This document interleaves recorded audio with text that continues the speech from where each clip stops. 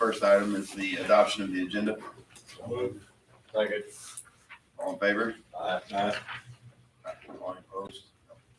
Moving on to the minutes, any amendments or changes? Move we approve the minutes as written. Second. All in favor? Aye. Got any business from the audience today? You know, guys? Thanks for coming. Appreciate it. Let's just dive right into reports then. Start with wastewater treatment. Nolan. Morning, gentlemen. Morning. We have two action items this morning. The first one is the replacement of the polymer controls in the filter building. It's a budgeted item. We have $40,000 budgeted for it. That was original to '93 when those belt presses were put in.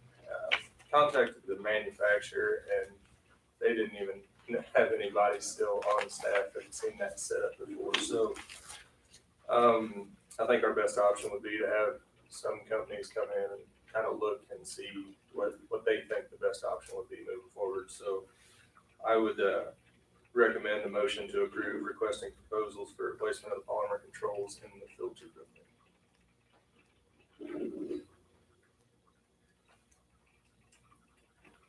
Sounds like we need to do something. I move we approve requesting proposals for replacement of polymer controls in the filter. Second. Been a motion and a second to approve requesting proposals for replacement of polymer controls in the filter building. All in favor? Aye. Any opposed? Thank you. The second action item is to replace the metal halide fixtures we have around the plant with LEDs. There's around 60 currently between the filter building, RAS. There's a couple outdoor fixtures as well. Talking with Pat and kind of looking at our options, I think that we can reduce that number of fixtures pretty significantly with the better light that's able to get from an LED. I guess depending upon what the bid comes back, we may look at potentially replacing some lights in the headworks as well. For the current time frame, I guess we just want to replace all our metal halide fixtures. So I would recommend a motion to approve requesting bids on new LED fixtures to replace existing metal halide fixtures throughout the plant. It'll be a nice payback on this. It's kind of a no-brainer, so I'd say go ahead. So make a motion to approve requesting bids on new LED fixtures to replace the daylight fixtures throughout the plant. Second. Motion and a second to approve requesting bids on new LED fixtures to replace the existing metal halide fixtures throughout the plant. All in favor? Aye. Any opposed? Thank you. Just a couple updates. The headworks pump, there you see it. It's going to be about $1,600 more than the last pump we had rebuilt. Once they tore that apart, there was a bearing housing and a bad bearing in there that kind of got into the shaft a little bit too. But they actually had a repair kit on hand, so they thought it'd be 2 to 3 weeks they could have that back to us. Final Clarifier 2 is back in service. That's been a huge help for us. It's just we're kind of chasing our tail a little bit, trying to get everything even back out. Other than that, I really don't have much to add unless you guys have any questions. How'd you come out the last inch and a half or whatever we had in rain? There really wasn't a huge effect. I'm not a little baffled by it. It raised our flow about 500,000 gallons for 2 days, and then kind of back to normal. So I don't have it. Sounds like you might have another test coming up here in the next few days. Yeah. See what happens. Maybe your eye problem just fixed itself. I don't have so, Never have talked about it again. I'm surprised. I was too. We had an inch of rain at the plant. I don't know how much there was across the rest of town, but yeah, it was odd a little bit. So I'm glad. right. Yeah. Any other questions for Nolan? Thank you, Nolan. Moving on. Megan, Human Resources. Morning. Morning, man. Morning. one action item for you this morning, and that's to update our COVID-19 leave policy. This does not make any new changes. It just updates the document to reflect changes the board has made as we've gone along throughout this process, such as the additional time that was provided, expanding the leave to cover taking time off work for vaccine, eliminating things that expired December 31st with the expiration of the Family First Coronavirus Response Act, such as the expanded FMLA, things like that. So I would request a motion to approve revisions to the COVID-19 leave policy effective today. So I make a motion to approve revisions to the COVID-19 leave policy effective May 13th, 2021. Second. Motion and a second to approve revisions to the COVID-19 leave policy effective May 13th, 2021. All in favor? Aye. Any opposed? Thank you. Just a couple of updates for you. On the wage and benefit review, I will have that to you next week. And on our vacancies, we've had a little bit of activity there. The 2 fiber optic tech positions have been offered to Luis Reyes and Nate Taylor, who both currently work in underground facilities. They have accepted that, and Grant has also got one who has submitted his resignation. James King will be leaving us, so that's going to bring the total number of general maintenance meter readers we need to hire to 4. So we'll continue to work on getting Grant's staffing up to speed. In the interest of all parties, help him get some big projects done, help him get bids and equipment and things lined out. Those transfers will not actually take place until August. So, and I think other than that, nope, I think I got anything else to add. I'd be happy to answer questions.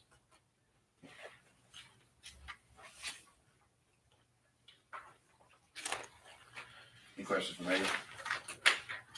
We need to have a job for it. I was thinking about job fairs and stuff like that. If they did anything out at Martin or anything anytime soon. All right, thank you, Megan. Let's move on to Tony for finance. Morning. Morning, Tony. That first action item on the computers, Tyler had done a infrastructure audit.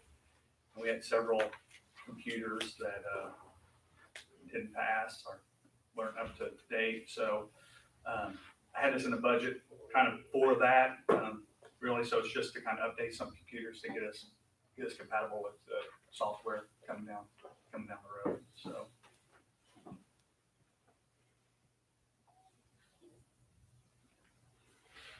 I'll make a motion to purchase new computers. Second. Motion and second to purchase new computers. All in favor? Aye. Any opposed? Thank you. How many will Second that one. buy, Tony? What's that, Spencer? How many will that buy?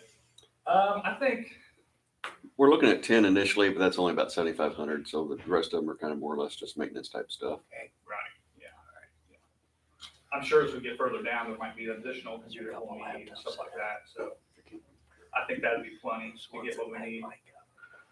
The second item there, paint and replacing vinyl siding on the business office. So as last year, we did tuck pointing, and if you guys drove by, you see that the paint is not looking very, very well. So we're gonna try to get that repainted and replace the vinyl siding.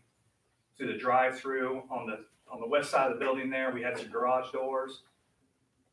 I think, and talking with Jeff and Jim, it might be more beneficial to put doors back on there so we can put some vehicles inside and just kind of prepare for down the road to use that building, that space for the garage doors.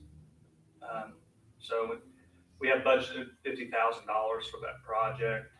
Right now, I'm just getting a recommendation to get bids to see where we're at on that. Spencer, you can pick the color out. I Really? think I'll decline that offer. Too much criticism goes along with that. It probably will not be baby blue, just to let you guys know. I'm glad it does. It looks terrible right Yeah, now. it so does. Something Needs to needs be. to happen. Will that need to be sandblasted, Tony, or?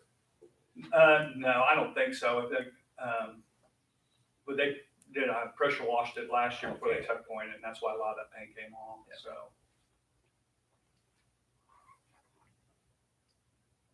I make a motion to approve requesting bids for painting and replacing vinyl siding along with the addition of new garage doors to the business office.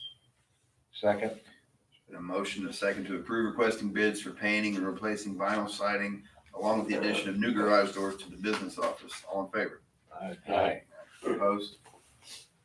Thank you. Don't have much there left. I am still working on, the funds for the units, so hopefully have that to you guys fairly soon, so. Unless you guys have any questions. Are you just gonna do one general fund for all that, or? Well, I think it's gonna be, it'll be in one account, but we'll kind of segregate it out for each unit, to just kind of based Depending on, on each unit's needs? yeah, based on credits and stuff like that, so. Like I said, hopefully I'll have something here in the next board meeting too for you guys, so review. Yeah, it's gonna be an important deal moving forward that we take care of those units. Yeah. I mean, they've proven themselves very valuable to us. Yes. Any other questions for Tony? Thanks, Tony. Carl, electric production. Morning, gentlemen. Good morning. Just a couple of brief updates here. The rep from Cooper Machinery Services was there Tuesday and Wednesday. We completed the work we were wanting to get done. Everything seems to be working very well. And those units are actually called on the run on May 4th, and we kind of have to deal with the issues we've been having. They did, other than that, they ran fine.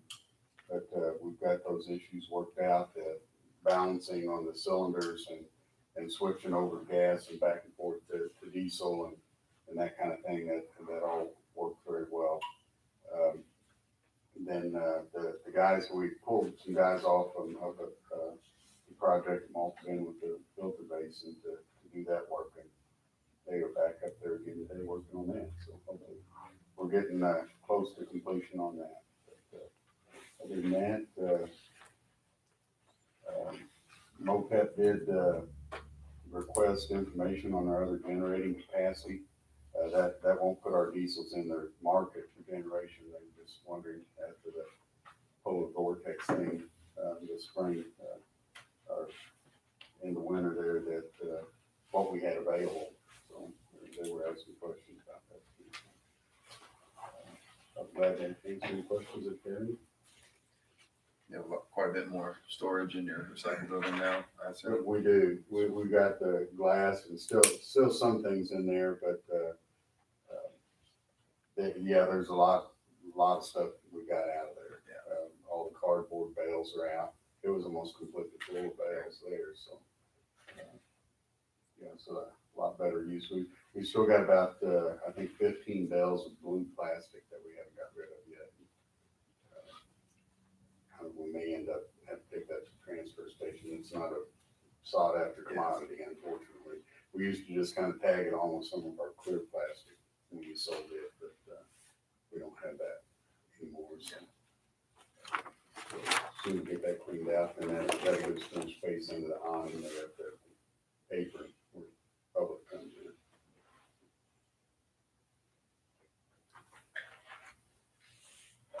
So any other questions for Carl? What's the price of cardboard? $120. That exactly went up some. So 120? yes. Nice. All right, thanks, Carl. Underground facilities, Grant.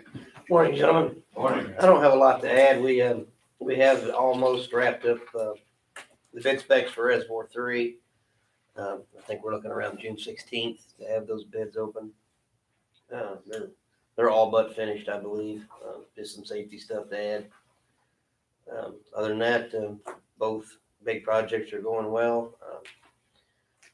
So it's been a little slow recently for staffing vacations, but we're working around that and everything's going smooth. Other than that, I don't have anything to add unless the board has any questions.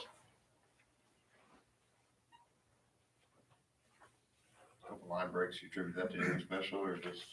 Just Current. spring, Yeah. I mean, when the ground gets thawed, it moves and just, it's just the nature of the beast. How many more couplings you reckon are out there?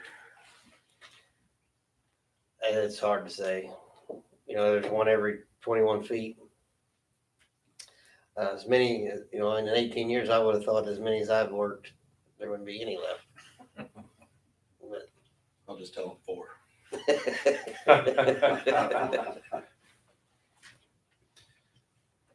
Any follow-up questions for Grant? Thank you, Grant.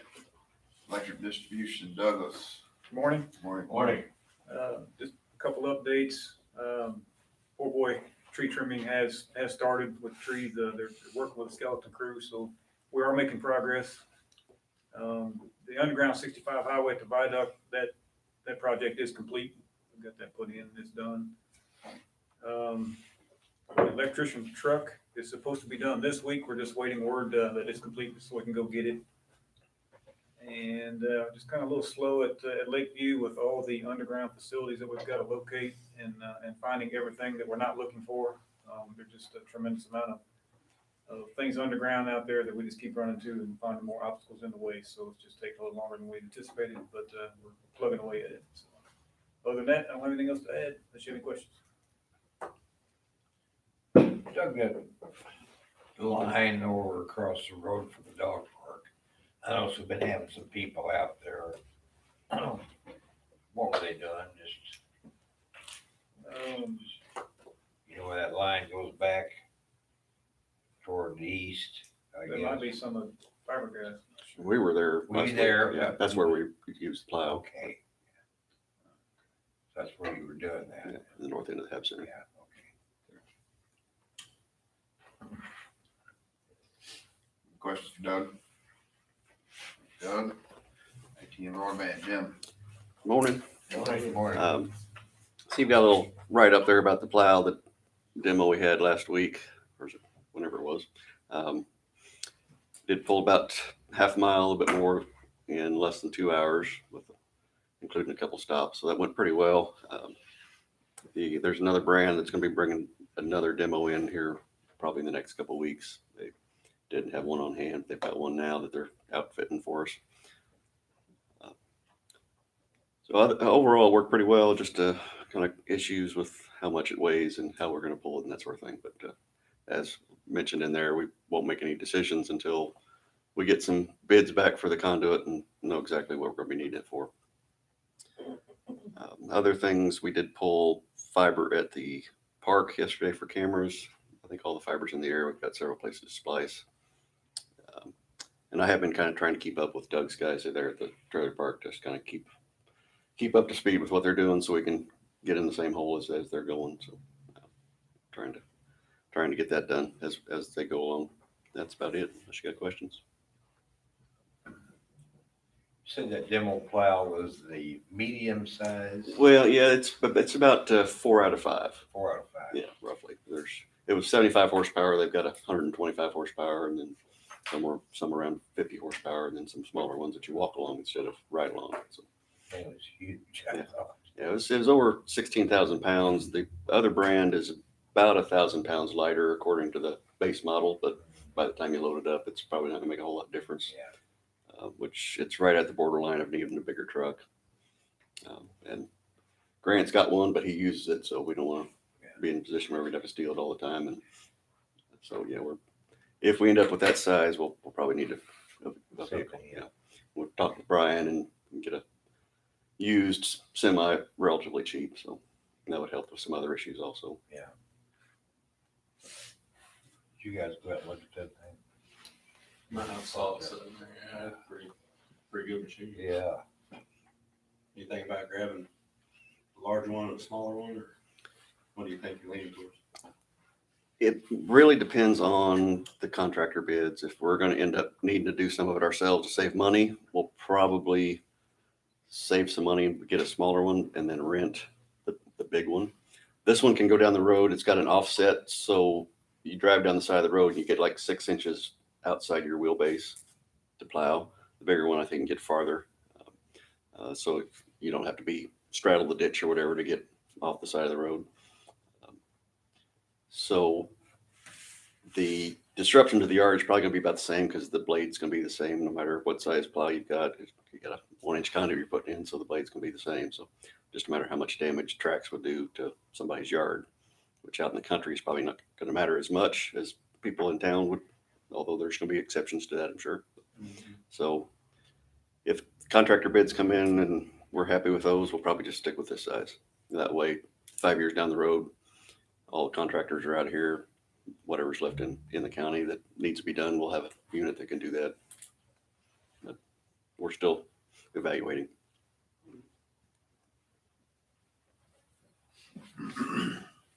No questions, Jim? Thanks, Jim. Water treatment, Travis.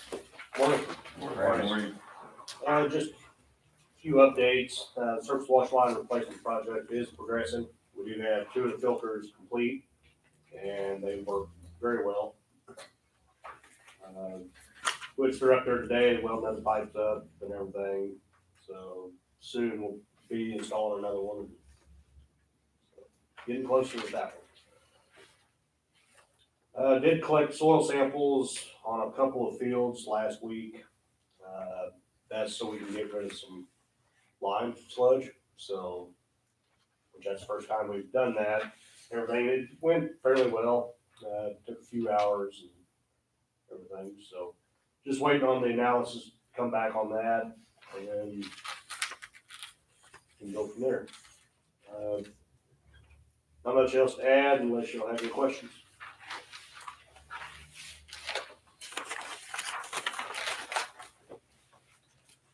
Final questions, Travis? Thanks, Travis. Jeff? Morning, gentlemen. Morning, Jeff. Morning. I do have one action item this morning. I believe Carl had this at the last meeting and at that time, I don't think we believed we needed to have, the, approval of the council to do this, but after reviewing that, it appears that needs to be done, so we're gonna take that route. It's a removal of concrete at the power plant down to 2 feet below grade. The concrete that's there, is pretty old, pretty tough. I think we've tried with some of our machines to remove it. And Carl maybe already explained it, so maybe repeating some things, but, that machine that they have there is, you're just gonna save money if you need to do something down the road by having something like that back to remove the concrete. So, we were also able to negotiate that price down a little bit by, MMU doing the backfill work, hauling dirt there. So I think it's working out pretty good. Grant's got a sewer project and a water main project, and they're going to dump dirt back here out of the bowl a lot of times. So that just kind of extends life on those 2 spots for dumping down the road. So I think, and like Carl mentioned, they'd already used some of the dirt he's hauled to fill in like the warehouse basement and stuff like that. So site over there is looking pretty good, but we feel like this would give us a lot more options in the future for that building site, and certainly cost us a lot less now than it would down the road. So my recommendation would be to request the council authorize the mayor to sign Exhibit B, alternate number 3 of the contract with Aaron's Construction for the removal of slabs and foundations to 2 feet below grade, with a $39,390 deduction for MMU doing backfill. And that will bring that total to $238,610. And I think they're probably looking to start that the week after next. As you guys have noticed, they're going pretty quick. And I think once they get all that cleared up, they're going to start on concrete on some of the slabs that are above grade. So be pretty soon, probably 2 or 3 weeks when they'll kind of need to know whether we're going to do this or not. We talked about the fence and the grading and all that last meeting, I think. That's it. We were pretty well satisfied with what we heard. Yeah. About that. No, we just had a meeting with them on Tuesday. Yes. Tuesday morning, progress meeting. And, they want us to be happy with the end product. So as far as grading, and like I mentioned to Stephen earlier, we're hauling the dirt there and they're already using it. So it's not, I don't know how much backfill we're actually gonna do. It's probably gonna end up being more providing dirt for backfill than anything, so. But the end product, they want us to be happy. I think there's gonna be quite a bit more concrete, here shortly with the removal of slabs. They're gonna move their crusher in. That's when they'll crush and grind and cover the, coal yard. It'll be 3 inch plus or minus, I think. That's what he said. Which is on their part, probably a little bit more than was required in the contract. So they're very happy with who we chose and they want us to be happy. So, been working out real well so far. Yeah, that's just like going 95 yards and not going the rest of the way if you don't just take care of this, you know. Yeah. Very, very good. We don't have anything, so you didn't have anything to be able to do this, so. Oh, right. Initially, and I don't know if Carl mentioned this, we thought we were gonna get a deduct for asbestos. So there were some materials in there we thought we would possibly get a deduct for, and then we were gonna do this at the same time. So we kind of had in mind from the beginning needing to do this, but we were gonna try to time it with a possible deduct, so we could just do both things at once, and then maybe, still get some type of credit.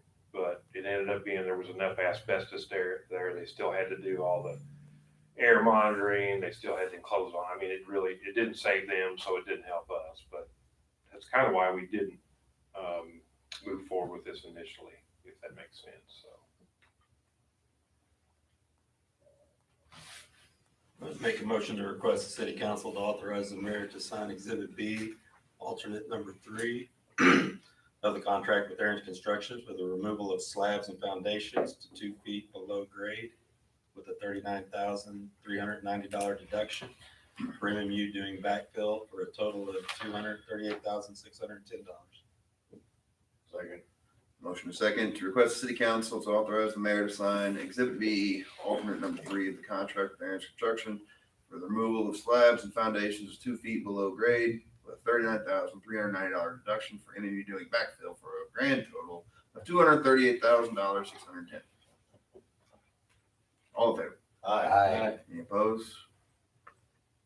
Can I ask you to repeat that? Thank you, Yeah, Josh. I'm not doing it again. I think Spencer's very glad that you are the president right now.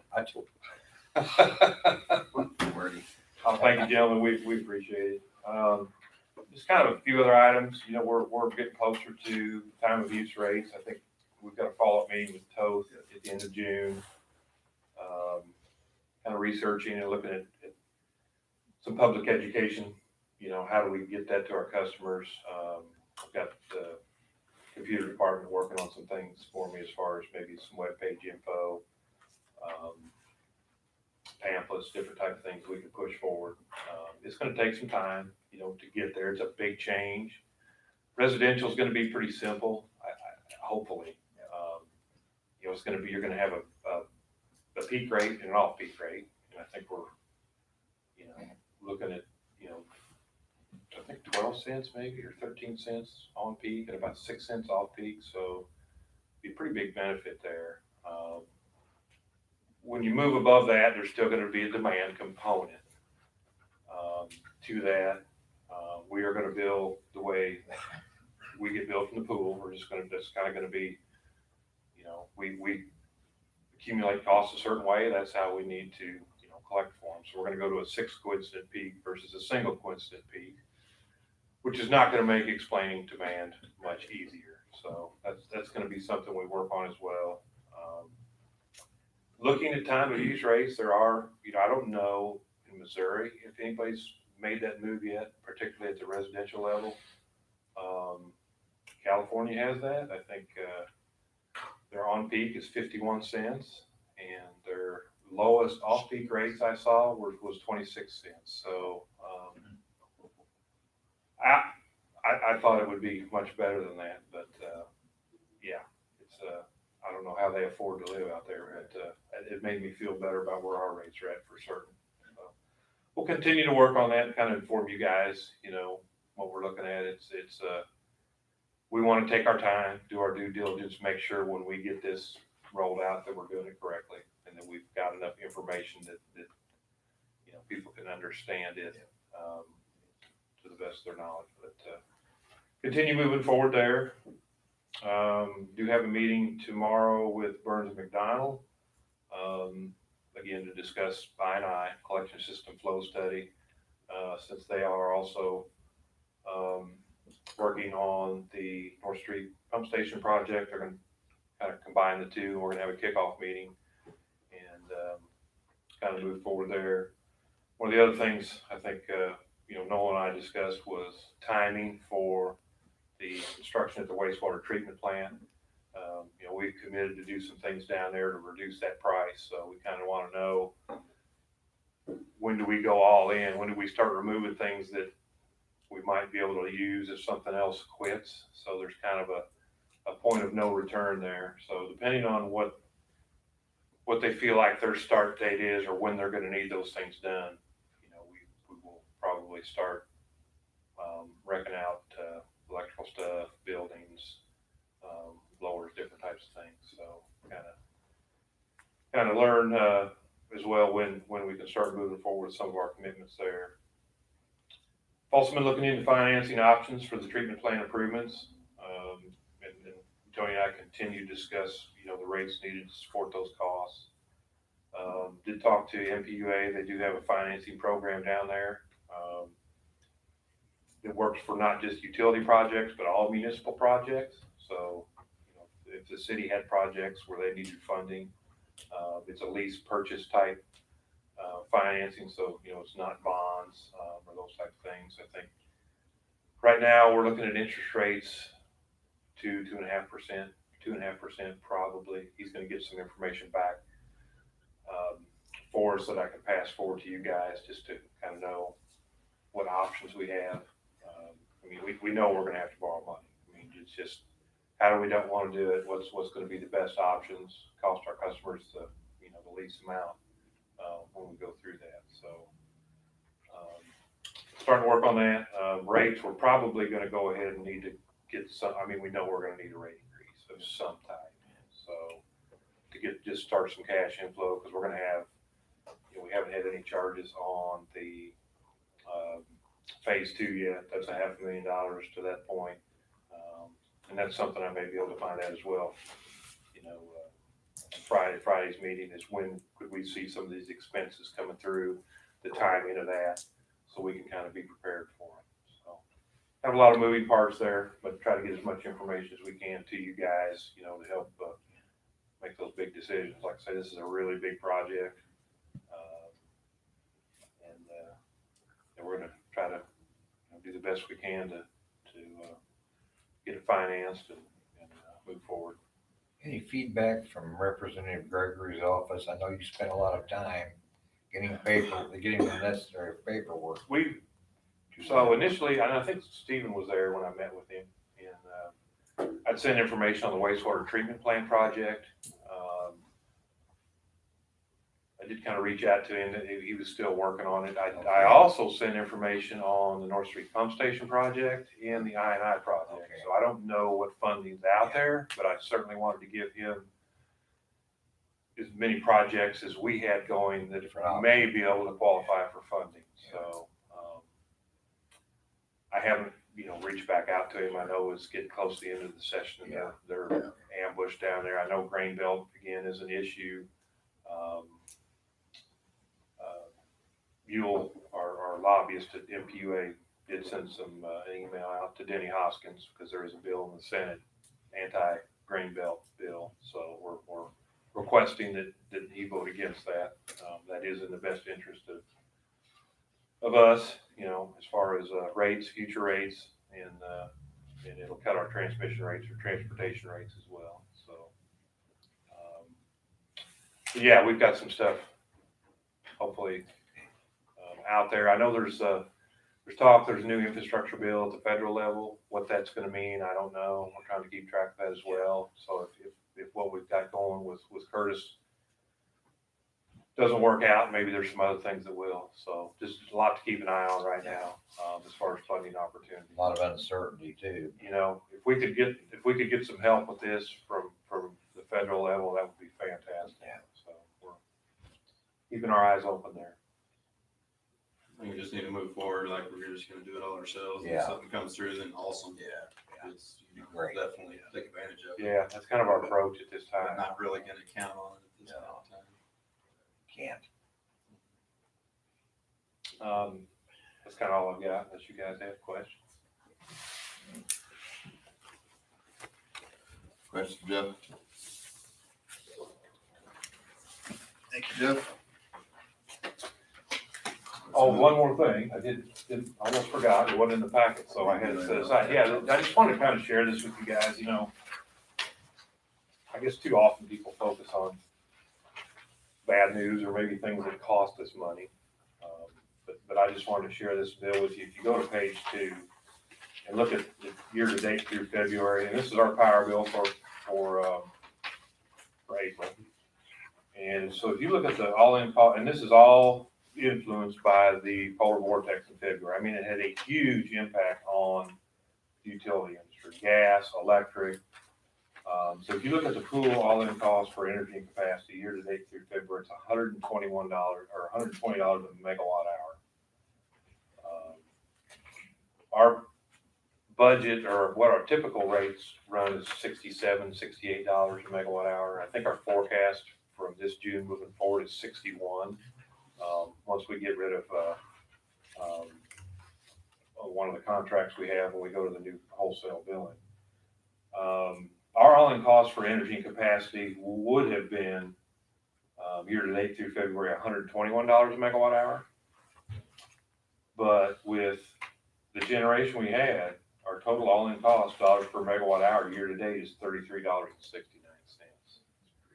We are the exception. We are not the rule. We are one of the very few people that has played our cards right and really came out of that event. Then you can say we had a positive. So that's some really good news, and it's you know, not due to decisions that were made just recently, but go back years and years. So that's a positive there, and that's, you know, where Tony and I have discussed taking some of that savings and those funding and putting back into those units to make sure when this, because I don't believe this is if this is going to happen again, it's when, that we're prepared and we can save our customers a lot of money. Well, especially now that the pool's seen how we do handle this, and they're more likely to call on us knowing that we can handle it. Then I think that's why Southwest Power Pool reached out and said, hey, Marshall did a great job. What units do you guys have? You know, you're too small to be in. I just think they wanted to know what resources were available moving forward, kind of their reactionary thing to that event. But I think certainly it puts us in a good position with the pool. Hopefully when it comes to maybe needing some future resources. In fact, they need future generation. We gotta. Well, you know what? We take care of our stuff. Exactly. So that can really be very beneficial to us later. I see all the other communities in the pool are having the exact opposite conversation right now. That's correct. That's correct. I think Tony got a call from one of them to see how we were handling it, and his response was, you know, we're gonna pay for it out of reserves. Yeah. And I mean, we just not gonna try to rub it in or Yeah. do anything, but I just thought, A little happy dance. well, you know, it's really good news. I think it demonstrates, you know, what a municipal utility is capable of, and having local control, having that generation. We've kind of got two hedges. MOPEP's a hedge against the market, and then we've got our own local generation, so we've got kind of two hedges. I think if we had not had MOPEP, that $120 would have been much higher. So we're almost like double insulated against extreme events like that. And we want to continue to keep our local layer in play. So that's why you'll see some recommendations from Tony and Carl and myself moving forward to set money aside specifically for those units. So, anyway, that was just the last thing I wanted to touch base on. Great work. Good job. Good job. Thank you, Jeff. Yeah, Let's you're move on to cash disbursements.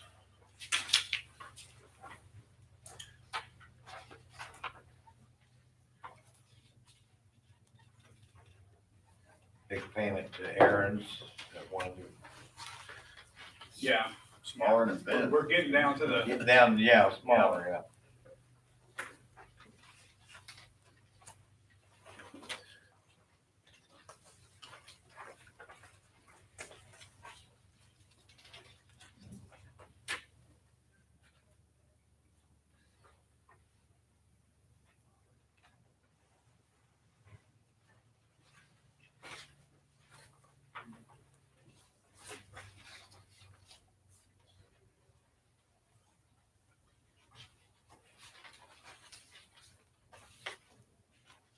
Make a motion to pay the bills. Second.